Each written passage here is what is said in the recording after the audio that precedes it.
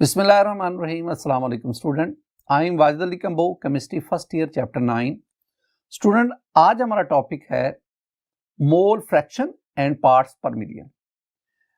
पिछले जो दो लेक्चर्स थे उसमें हमने परसेंटेज कंपोजिशन को पढ़ा और एक लेक्चर में हमने मोलैरिटी और मोलैलिटी को पढ़ा, और आज हम पार्ट्स पर मिलियन और मोल फ्रैक्शंस को पढ़ने जा रहे हैं। स्टूडेंट, ये जो है ना, these are concentration units of solution. तो आइए हम आगाज करते हैं मोल फ्रैक्शन से।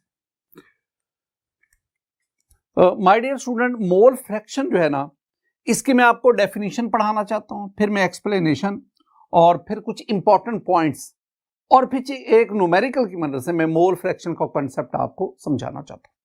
मैं आगाज करता हूं इसकी डेफिनेशन से। जरा देखिएगा, डेफिनेशन में लिखा हुआ है the mole fraction of any component in a mixture.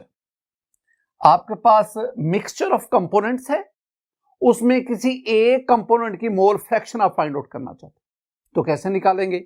आप निकालेंगे ratio of number of moles of it to the total number of moles of all components present in the mixture. Mixture में जितने भी components हैं, सब component के number of moles उसका सम ले लें, यानी total number of moles of components in the mixture, और फिर आप जिस कंपोनेंट की मोल फ्रैक्शन लेना चाहते हैं उसकी मोल फ्रैक्शन को न्यूमरेटर में, टोटल नंबर ऑफ मोल्स को उसके नंबर ऑफ मोल्स को न्यूमरेटर में, टोटल नंबर ऑफ मोल्स को डिनोमिनेटर में रेशो ले लो, तो वो उस कंपोनेंट की मोल फ्रैक्शन आ जाए। कोई मुश्किल बात नहीं है। जरा देखें, यही जो मैंने ऊपर आपको डेफिनेशन बताई ना, मैं जरा आपको समझाना चाहता हूं, एक्सप्लेन करना चाहता हूं, ताकि आपको इस वर्डिंग की समझ आ जाए। डेफिनेशन बोल क्या रही है, क्या कह रही है, ये आपको समझ आ जाए। देखें, मेरे पास ये कंटेनर है, मैं एक कंपोनेंट लेता हूं, component A. This one is component A. मैं इसका number of moles suppose Na लेता हूं, Na, number of moles of component A. Similarly I have another component, that is component B, component B, और इसका number of moles हम कितने लेते हैं? Nb। एक और मैं कंपोनेंट ले लेता हूं, this one is component C, component C, और इसके नंबर ऑफ मोल्स कितने हो गए? Nc। I have a mixture and this mixture, I have a mixture and this mixture contains three components, component A, component B, component C, तीन components. इनके number of moles हमें चाहिए। Component A के number of moles Na, component B number of moles Nb, component C number of moles Nc। बार बार बोलता हूं, आपको याद करवाता हूं। आपके पास ये मिक्सचर आ गया, आपके पास ये सॉल्यूशन आ गया। अगर मैं कहूं कि total number of moles of all components in the mixture, Nt, total number of moles, तो आप क्या कहेंगे? आप कहेंगे जी Na plus Nb plus Nc। आप तीनों कंपोनेंट्स के नंबर ऑफ मोल्स का सम ले लेंगे। अब नेक्स्ट क्वेश्चन, मैं आपसे कहता हूं माय डियर स्टूडेंट, ये जो कंपोनेंट ए है ना, इसकी मुझे मोल फ्रैक्शन बताओ। मोल फ्रैक्शन को हम एक्स से जाहिर करते हैं और मोल फ्रैक्शन ऑफ कंपोनेंट ए को हम एक्स से जाहिर करते हैं। मुझे कंपोनेंट ए की मोल फ्रैक्शन चाहिए। मोल फ्रैक्शन ऑफ कंपोनेंट ए मुझे एक्स ए मालूम करना है। एक्स ए कैसे मालूम करूंगा? मैं क्या करूंगा? मैं number of moles of component ए यानी Na लूंगा और डिवाइड कर दूंगा total number of moles of all components. तो टोटल नंबर ऑफ मोल्स आपने क्या लिया? Na plus Nb plus Nc। तो आपके पास आ गया Na plus Nb plus Nc। तो अगर आपने किसी कंपोनेंट की मोल फ्रैक्शन लेनी है, उसके नंबर ऑफ मोल्स और डिवाइड कर दें total number of moles of all components in the mixture in the solution. बिल्कुल यही बात आगे बढ़ाएं। मेरे पास ना कंपोनेंट बी है, मैं इसकी मोल फ्रैक्शन जानना चाहता हूं, मैं एक्स बी जानना चाहता हूं। Mole fraction of component B, मैं एक्स बी मालूम करना चाहता हूं। स्टूडेंट, क्या करूंगा? वेरी सिंपल, मैं कंपोनेंट बी के नंबर ऑफ मोल्स लूंगा, मैं लूंगा Nb और इसको मैं डिवाइड कर दूंगा total number of moles of all components. Na plus NB plus NC। बिल्कुल यही बात आगे बढ़ाओ। अगर हम कंपोनेंट C की mole fraction I mean XC जानना चाहते हैं, mole fraction of component C मुझे XC चाहिए, तो मैं क्या करूंगा, मैं number of moles of component C लेकर total number of moles of all components in the mixture इस पर डिवाइड कर दूंगा। वेरी सिंपल, कोई प्रॉब्लम नहीं, कोई मुश्किल नहीं। अगली बात की तरफ बढ़ते हैं। Student, in case of mixture of gases, मेरे पास ना मिक्सचर ऑफ गैसेस है, तो गैसेस की सूरत में बेहतर होता है कि आप पार्शियल प्रेशर उसकी टर्म यूज करें। आप कंसंट्रेशन को पार्शियल प्रेशर में लें, नंबर ऑफ मोल्स में ना लें, बेहतर होता है। अगर मैं कंसंट्रेशन को पार्शियल प्रेशर की सूरत में लेता हूं तो वेरी सिंपल, मेरे पास 3 गैसेस हैं जिनका मिक्सचर है, गैस ए, गैस बी, गैस सी। आप तीनों गैसेस का पार्शियल प्रेशर ले लें और फिर total pressure of the mixture वो ले लें, तो फिर उसके लिहाज से आप मोल फ्रैक्शन थ्योरम की मसलन मैं ना 3 गैसेस हैं ए बी सी, तो मैं अगर XA लेना चाहता हूं, I mean mole fraction of gas A, तो मैं क्या लूंगा, partial pressure of gas A divided by partial pressure of gas A plus partial pressure of gas B plus partial pressure of gas C। यानी total pressure आप लेकर partial pressure of a gas divided by total pressure, that gives the mole fraction of that gas. Similarly अगर मैं आपसे कहूं कि we need the XB, mole fraction of gas B, तो हम क्या कहेंगे, हम लेंगे partial pressure of gas B divided by total pressure, I mean P partial pressure of A, partial pressure of B and partial pressure of gas C। Similarly अगर मैं आपसे कहूं जी mole fraction of gas C, तो फिर आप क्या कहेंगे, आप कहेंगे जी partial pressure of gas C divided by PA PB plus PC, I mean total pressure of mixture of gases. तो ये आप ये फॉर्मूला यूज करेंगे इन केस ऑफ गैसेस, जहां पे आप पार्शियल प्रेशर की बुनियाद पर कैलकुलेशन कर रहे हैं, और ये वाला फॉर्मूलाज आप यूज करेंगे उस सूरत में जब आप नंबर ऑफ मोल्स की बेस पे डील कर रहे हैं। स्टूडेंट, हम आगे बढ़ते हैं। Important points, some important point for about mole fraction. ये वो बातें हैं जो अक्सर MCQ की सूरत में पूछी जाती है, जो इंपॉर्टेंट पॉइंट्स है। पहली बात, मोल फ्रैक्शन, पहला पॉइंट जो ज़हन में रखना है, mole fraction has no formal units, इसके यूनिट्स कोई नहीं होते। ऊपर ये देखो माय डियर स्टूडेंट, ऊपर मोल नीचे भी मोल, तो मोल डिवाइडेड बाय मोल काट देंगे, देयर इज नो यूनिट, पहली बात। दूसरा पॉइंट आप कहेंगे this one is temperature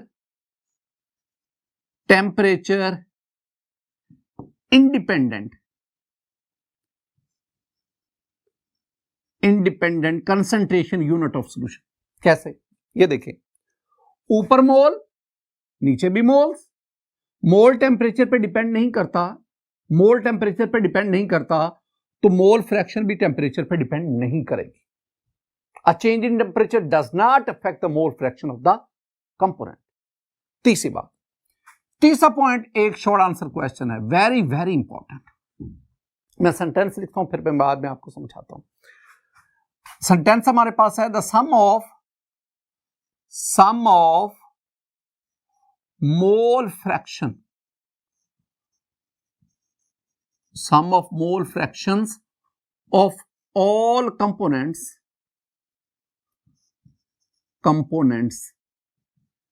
in a mixture is equal to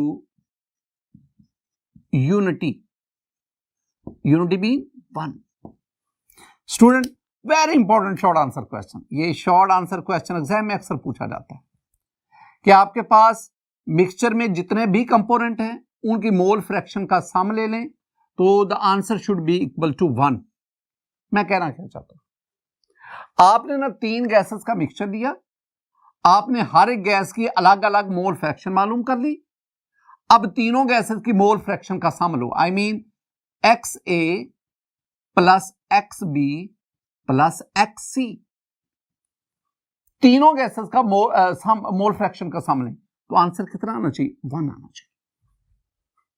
अगर किसी भी मिक्सचर में, सॉल्यूशन में दो कंपोनेंट है, बाइनरी सॉल्यूशन है, तो दोनों की मोल फ्रैक्शन का सम ले लें, that should be equal to 1।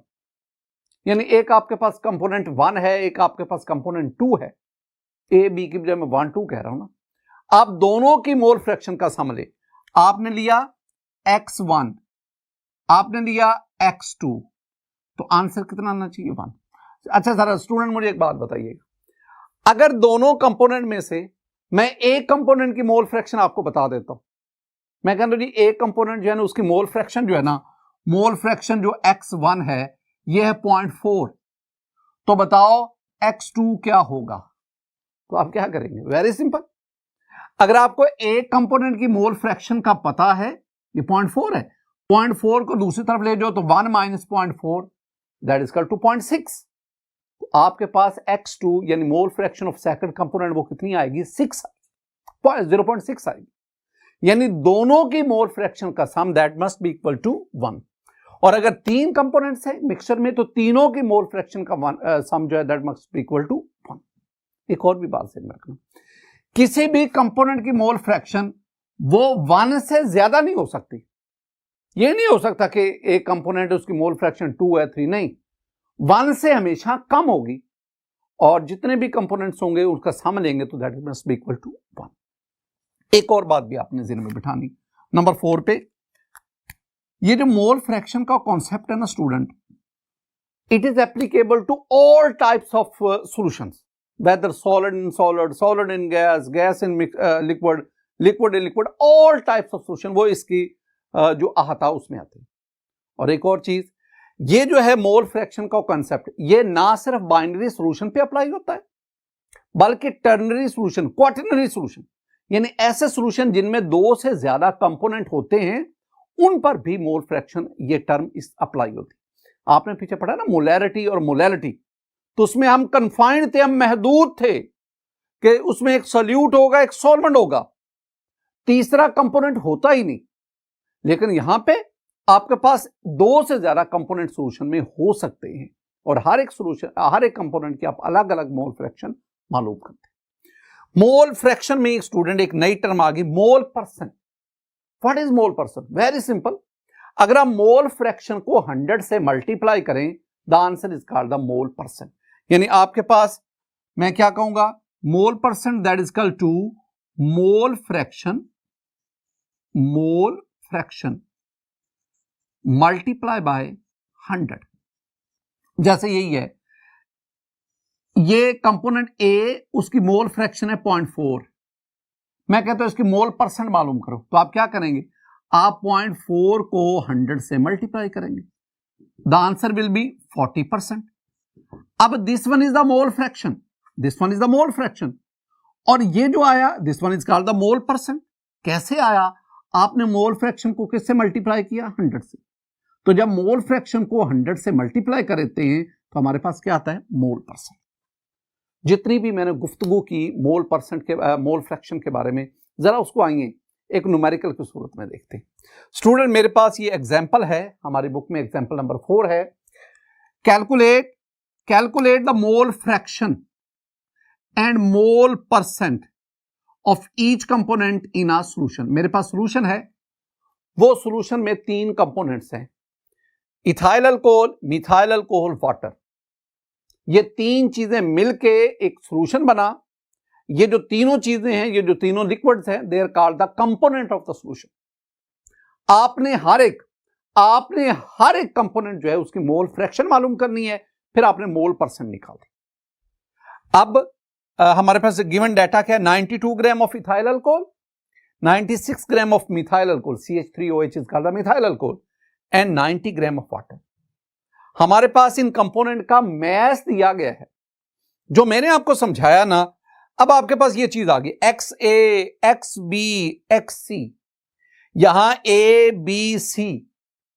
अब न्यूमेरिकल में मेरी मुराद है, A से आप ले लें इथाइल अल्कोहल, B से आप ले लें मिथाइल अल्कोहल, C से आप ले लें वाटर। आपने तीनों की मोल फ्रैक्शन मालूम करनी, हमें चाहिए क्या, हमें इनके नंबर ऑफ मोल चाहिए। तो मेरे पास तो मैस है, क्या करूं स्टूडेंट, हम आपको पीछे हमने पढ़ा था चैप्टर 1 में कि अगर आपके पास मैस दिया जाए, mass of substance, molar mass पर डिवाइड करो, आपके पास उसके क्या आ जाएंगे, नंबर ऑफ मोल्स। मुझे क्या चाहिए, मुझे number of moles of ethyl alcohol, methyl alcohol, water चाहिए। वेरी सिंपल, मुझे ना number of moles of C2H5OH ये चाहिए, number of moles of ethyl alcohol, C2H5 ethanol, ethyl alcohol. मुझे number of moles of CH3OH चाहिए, methyl alcohol के number of mole चाहिए। मुझे number of moles of water चाहिए। ये तीन चीजें चाहिए। कैसे, नंबर ऑफ मोल चाहिए, उसका मैस है, इथाइल अल्कोहल कितना है 92 ग्राम, तो 92 डिवाइडेड बाय, मुझे molar mass of ethyl alcohol चाहिए। तो निकाल लें, इसका मोलर मैस निकालें, 2 कार्बन है, एक कार्बन जो है वो 12, 2 कार्बन 24, इस तरह 6 आपके पास ये हाइड्रोजन है, और आपके पास एक हाइड्रोजन को 1 लेते हैं तो 6 आपके पास 6 हो गया, तो 30, और 16 ऑक्सीजन है, तो आपके पास टोटल कितना आ गया 46। तो आप 92 46 डिवाइड करेंगे तो आपके पास आएगा 2 मोल्स। तो इसका मतलब है number of moles of ethyl alcohol 2 moles. दूसरी बात, number of moles of methyl alcohol, mass of methyl alcohol 96 divided by, अब आप इसका मोलर मैस निकालें, एक कार्बन 12, 4 हाइड्रोजन 4, एक ऑक्सीजन 16, तो अगर आप इसको डिवाइड ऐड अप करेंगे तो सम आएगा 32। तो आपके पास ये कितना आ गया 32।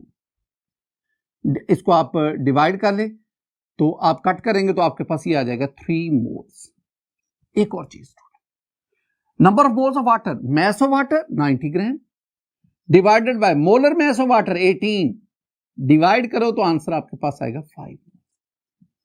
तो जी पहला काम वो हो गया, हमने मैस ऑफ कंपोनेंट उससे उनके नंबर ऑफ मोल्स निकाले।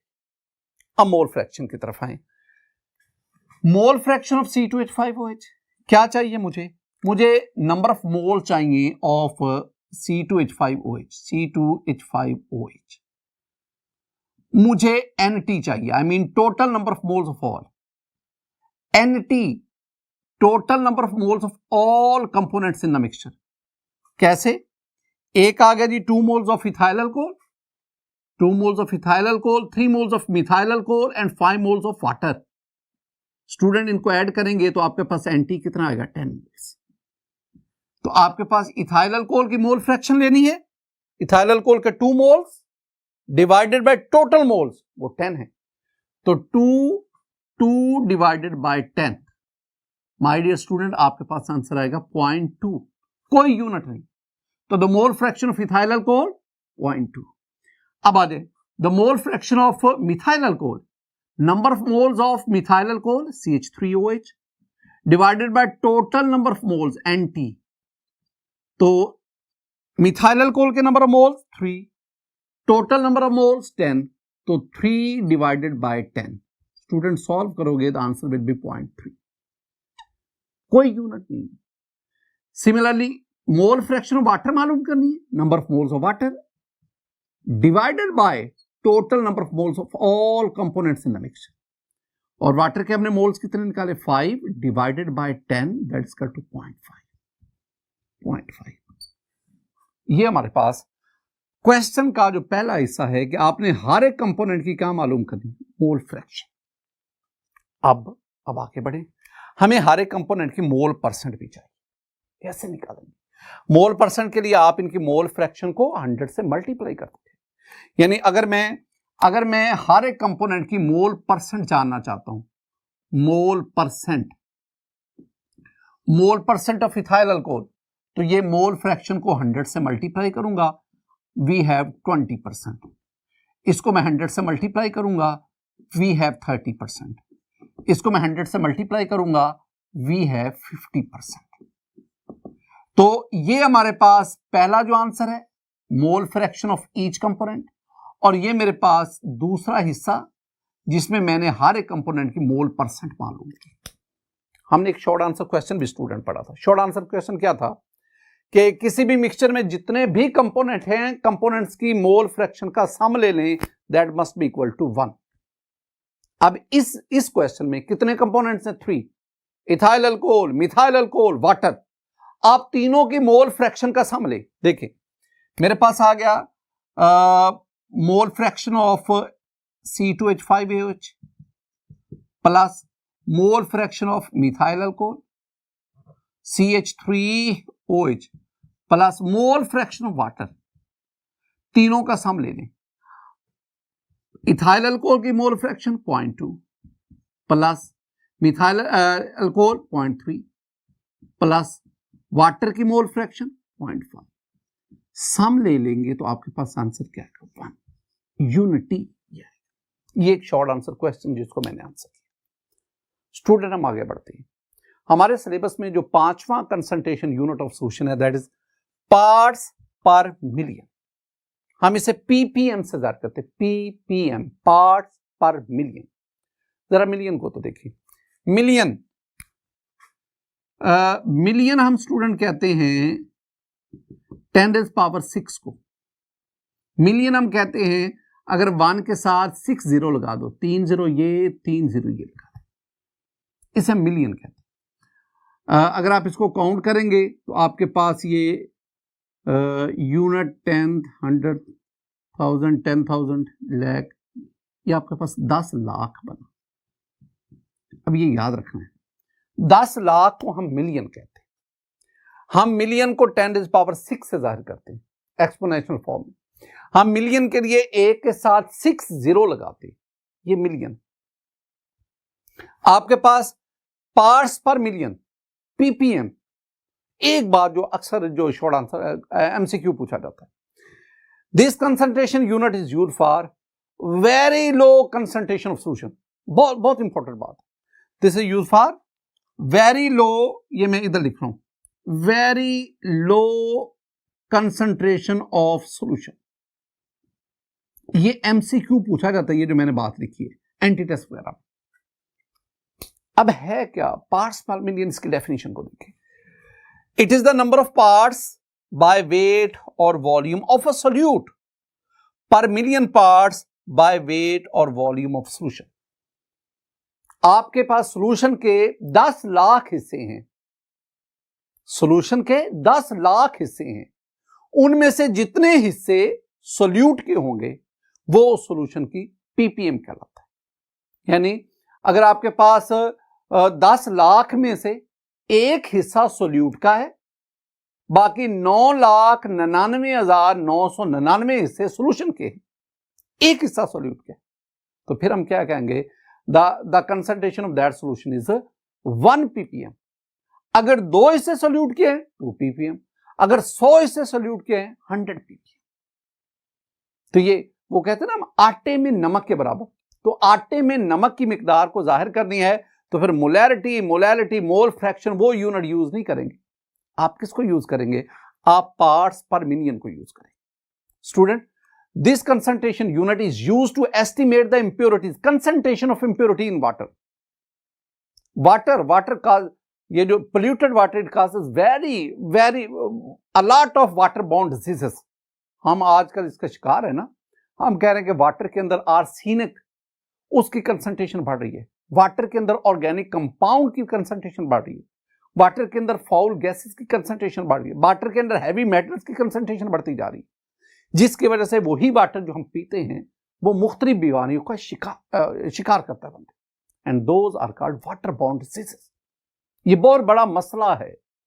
अब वाटर में इंप्योरिटीज की कंसंट्रेशन को जो मालूम करने का यूनिट है, दैट इज पार्ट्स पर million. Similarly the concentration of pollution in air, that also estimated with in ppm.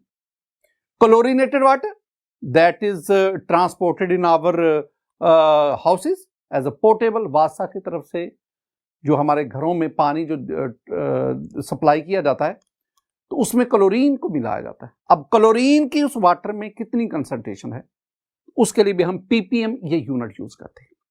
My dear student, आप डिफरेंट किस्म के मिनरल्स वाटर ये यूज करते हैं। नेस्ले है, किनले है, एक्वाफिना है और बहुत बड़ी तादाद है। आप इनमें देखिएगा इंग्रेडिएंट के नीचे ना जो मिनरल पानी में ऐड किए जाते हैं उनकी कंसंट्रेशन लिखी होती है, और वो भी बाज केस में वो पीपीएम में दी होती, पार्ट्स पर मिलियन में दी होती। फॉर्मूला देखें, पार्ट्स पर मिलियन में मेरे पास जो फॉर्मूला है उसमें वेरी सिंपल, मैं लिखता हूं, आप देखें, मैस, और मैस आपने लेना है ग्राम में, ऑफ सोल्यूट ओवर मैस, ये भी आपने ग्राम में लेना है, of solution multiply by 10⁶, and 10⁶ is called million. तो अच्छा, हमने ना चैप्टर के शुरू में वो जो परसेंटेज कंपोजिशन को पढ़ा था, तो हमने एक पढ़ा था परसेंटेज वेट बाय वेट। उसमें भी हमने क्या किया था, उसमें भी हमने mass in gram of solute और mass in gram of solution लेकिन मल्टीप्लाई बाय 100 किया था। लेकिन अगर आप मल्टीप्लाई बाय 100 की बजाय 100 करेंगे तो वो तो परसेंटेज आ जाएगी ना। लेकिन अगर आप मल्टीप्लाई बाय मिलियन करेंगे, 10⁶ करेंगे, then you will have the PPM. यही जो रिलेशन मैंने आपके सामने लिखा है, अगर आप इसको वॉल्यूम की सूरत, ये तो मैंने वेट की बात की है ना, अगर आप वॉल्यूम के सेंस में लिखेंगे तो फिर आप मैस के बजाय वॉल्यूम, और वॉल्यूम को ग्राम की बजाय किस में लेंगे, सेंटीमीटर क्यूब में। और नीचे भी सॉल्यूशन का मैस जो है वो वॉल्यूम अगर आप बात कर रहे हैं तो फिर वहां पे वॉल्यूम आप किस में लेंगे, सेंटीमीटर क्यूब। मैस लेंगे सोल्यूट और सॉल्यूशन का तो ग्राम में, और अगर आप वॉल्यूम लेंगे तो फिर आप वो सेंटीमीटर क्यूब में लेंगे, और मल्टीप्लाई किससे करेंगे, 10⁶। ये है, अगर ये दोनों चीजें गिवन है तो फिर आप पीपीएम मालूम कर सकते हैं। लेकिन बाज दफा आपको पीपीएम दिया जाता है, मैस ऑफ सॉल्यूशन दिया जाता है, मैस ऑफ सोल्यूट पूछा जाता है, तो आप इस इक्वेशन को उसी तरह अरेंज करेंगे। और बाज दफा आपको पीपीएम भी दिया गया है, मैस ऑफ सोल्यूट भी दिया गया है, आपसे मैस ऑफ सॉल्यूशन पूछा जाता है। यानी आपके पास इसमें ना 3 फैक्टर्स हैं, अगर 2 दिए जाएं तो आप तीसरा आसानी से इसको एडजस्ट करके मालूम कर सकते हैं। हमारे बुक में ना एक न्यूमेरिकल है, जरा उसको देखें। माय डियर स्टूडेंट, मेरे पास ये एक न्यूमेरिकल है, जरा इसको देखेंगे आप।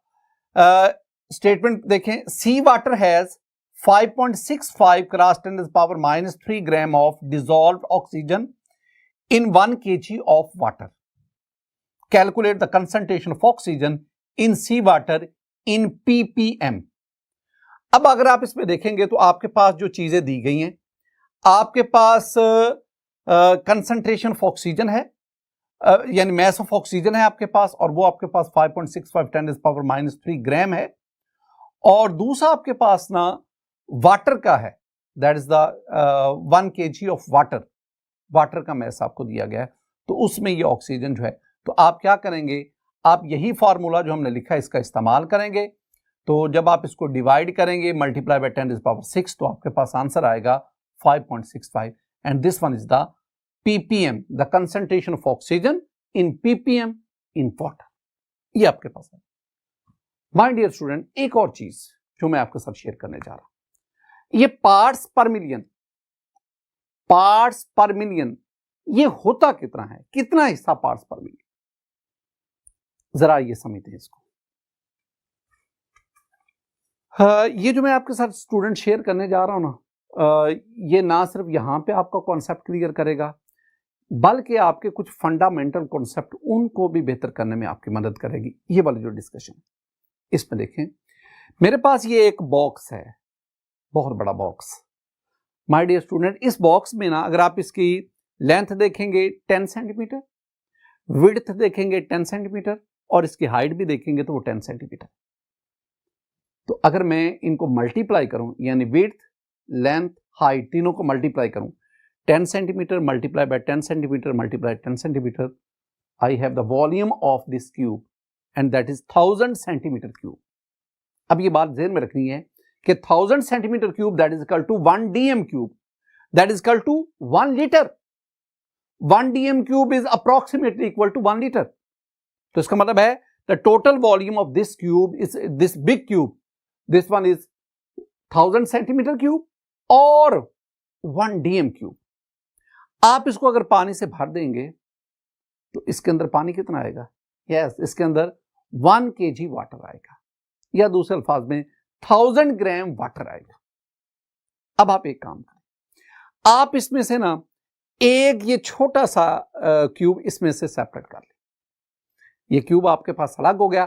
अब इस क्यूब का जो वॉल्यूम है वो 1 सेंटीमीटर क्यूब है। एक इसका 1 सेंटीमीटर, यानी ये टोटल कितने थे? टोटल 1000 सेंटीमीटर, 1000 सेंटीमीटर क्यूब थे। एक मैंने निकाल लिया, अब बाकी उधर 990 सेंटीमीटर क्यूब आ गई, एक बार आ गया। अब इसको देखेंगे, इसकी लेंथ, इसकी हाइट, वो मल्टीप्लाई करेंगे तो ये 1 मिलीमीटर इसकी लेंथ है, 1 मिलीमीटर इसकी विड्थ है, 1 मिलीमीटर इसकी हाइट है। तो सॉरी 10 मिलीमीटर लेंथ, विड्थ और हाइट 10 तो मल्टीप्लाई करेंगे, ये 1000 मिलीमीटर, तो 1000 मिलीमीटर क्यूब हो गया। तो मैं क्या कहूंगा? मैं कहूंगा जी 1 centimetre cube that is equal to 1000 millimetre cube. इसको मैं पानी से भर देता हूं। इसमें पानी कितना आएगा? 1 ग्राम। वेरी इंपॉर्टेंट, 1 ग्राम। इसका मतलब क्या हुआ? इसका मतलब है कि पीछे आपके पास जो बड़ा क्यूब था उसमें वाटर कितना आया? 1000 ग्राम। उसमें सेंटीमीटर क्यूब कितने थे? 1000 सेंटीमीटर क्यूब। एक आपने निकाल लिया centimetre cube, 1 centimetre cube. Water उसमें कितना आ गया? 1 ग्राम। एक हम टर्म यूज करते हैं डेंसिटी, यहां से आप वाटर की डेंसिटी निकाल सकते हैं। तो अगर आप दोनों के साथ में देखेंगे तो बड़े क्यूब की सूरत में the density of water is 1 kilogram पर डीएम क्यूब, और इसकी सूरत में आप कह सकते हैं क्या बोला? 1 ग्राम पर सेंटीमीटर क्यूब, यानी 1 gram water 1 centimetre cube volume occupy करता है। अब ये जो आपके पास 1 सेंटीमीटर क्यूब है ना, इसका ये छोटा सा हिस्सा निकाल दें। ये कितना है? ये 1 मिलीमीटर क्यूब है, क्योंकि ऐसे 1000 मिलीमीटर क्यूब मिलकर 1 सेंटीमीटर क्यूब बना था। अब इस मिलीमीटर क्यूब इसको पानी से भरे, इसमें जो वाटर आएगा वो कितना होगा? वो 1 मिलीग्राम होगा। कितना? 1 मिलीग्राम। तीनों बातों को जरा लाना। जो बिग क्यूब था उसका volume 1 DM cube 1 litre, water उसमें 1000 ग्राम यानी 1 kg।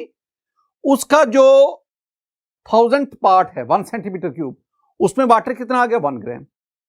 और उसका जो 1000 पार्ट है दैट इज 1 मिलीमीटर क्यूब, और उसमें वाटर कितना आ गया? 1 मिलीग्राम। अब ये जो 1 मिलीमीटर क्यूब है, ये 1 सेंटीमीटर क्यूब का 1000, 1 सेंटीमीटर क्यूब 1 डीएम क्यूब का 1000, 1000 multiply by 1000 that is equal to 10 power 6 1 million. क्या मतलब? मतलब ये हुआ कि 1 मिलीमीटर क्यूब ये 1 डीएम क्यूब का 10 लाखवां हिस्सा है। इसमें वाटर कितना था? 1 मिलीग्राम, और उसमें वाटर कितना था? 1 किलोग्राम। तो मैं कह सकता हूं कि 1 मिलीग्राम वाटर 1 किलोग्राम वाटर का 10⁶ पार्ट है, 10 लाखवां हिस्सा है। तो अगर मैं 1 kg वाटर लूं, उस 1 kg वाटर उसके 10 लाख हिस्से करूं, तो इसमें एक जो हिस्सा होगा वो 1 मिलीग्राम होगा, और वो एक हिस्सा है that is 10⁶ millionth 10⁶ part of, या 1 millionth part of that 1 kg water. ये था एक कॉन्सेप्ट के पीपीएम, पार्ट्स पर मिलियन कितना है। अगर एक की बजाय मैं 2 मिलीग्राम ले लेता हूं तो वो बन जाएगा 2 ppm। मैं 3 मिलीग्राम ले लेता हूं that is called the 3 ppm। अब एक और चीज, अगर हम नॉर्मली देखना चाहते हैं कि ये 1 ppm होता क्या है, माय डियर स्टूडेंट, आप एक बकेट ले लें, एक बाल्टी ले लें, इसमें आप 10 गैलन वाटर ऐड करें। अब इसमें आप एक ड्रॉप जो पानी का डालें, बकेट 10 गैलन सॉल्यूशन, उसमें एक ड्रॉप वाटर का डाल दें। This 1 drop, this single drop is 1 ppm। Concentration क्या बनेगी? 1 ppm। इस तरह हम ना ppm की बजाय ppb पढ़ते हैं, पार्ट्स पर बिलियन। मिलियन क्या होता है? 10⁶। बिलियन क्या होता है? 10⁹9, 1 अरब। इस तरह 10⁻12 ट्रिलियन। तो ppm, ppb, ppt, पार्ट्स पर मिलियन, पार्ट्स पर बिलियन, पार्ट्स पर ट्रिलियन। ये जब ppm से ppb, ppb से ppt की तरफ बढ़ते हैं ना, तो ये कंसंट्रेशन यूनिट और छोटे से छोटा होता जाता है। ये था हमारे पास पार्ट्स पर मिलियन क्या होता है। माय डियर स्टूडेंट, आज के इस लेक्चर में हमने मोल फ्रैक्शन और पीपीएम इसको स्टडी किया और इस तरह हमारे पास जो कंसंट्रेशन यूनिट ऑफ सॉल्यूशन वो वाइंड अप हुए। नेक्स्ट लेक्चर में इंशाल्लाह हम inter conversion of concentration unit of solution उसको हम स्टडी करेंगे। मेरी दुआ है कि अल्लाह ताला आप पर अपना फजल फरमाए, अल्लाह ताला आप पर अपना करम फरमाए, अल्लाह ताला आपके इल्म में इजाफा फरमाए, अल्लाह ताला आपको बड़ों का एहतराम और छोटों के साथ शफकत से पेश आने की तौफीक दे। अस्सलामु अलैकुम व रहमतुल्लाह।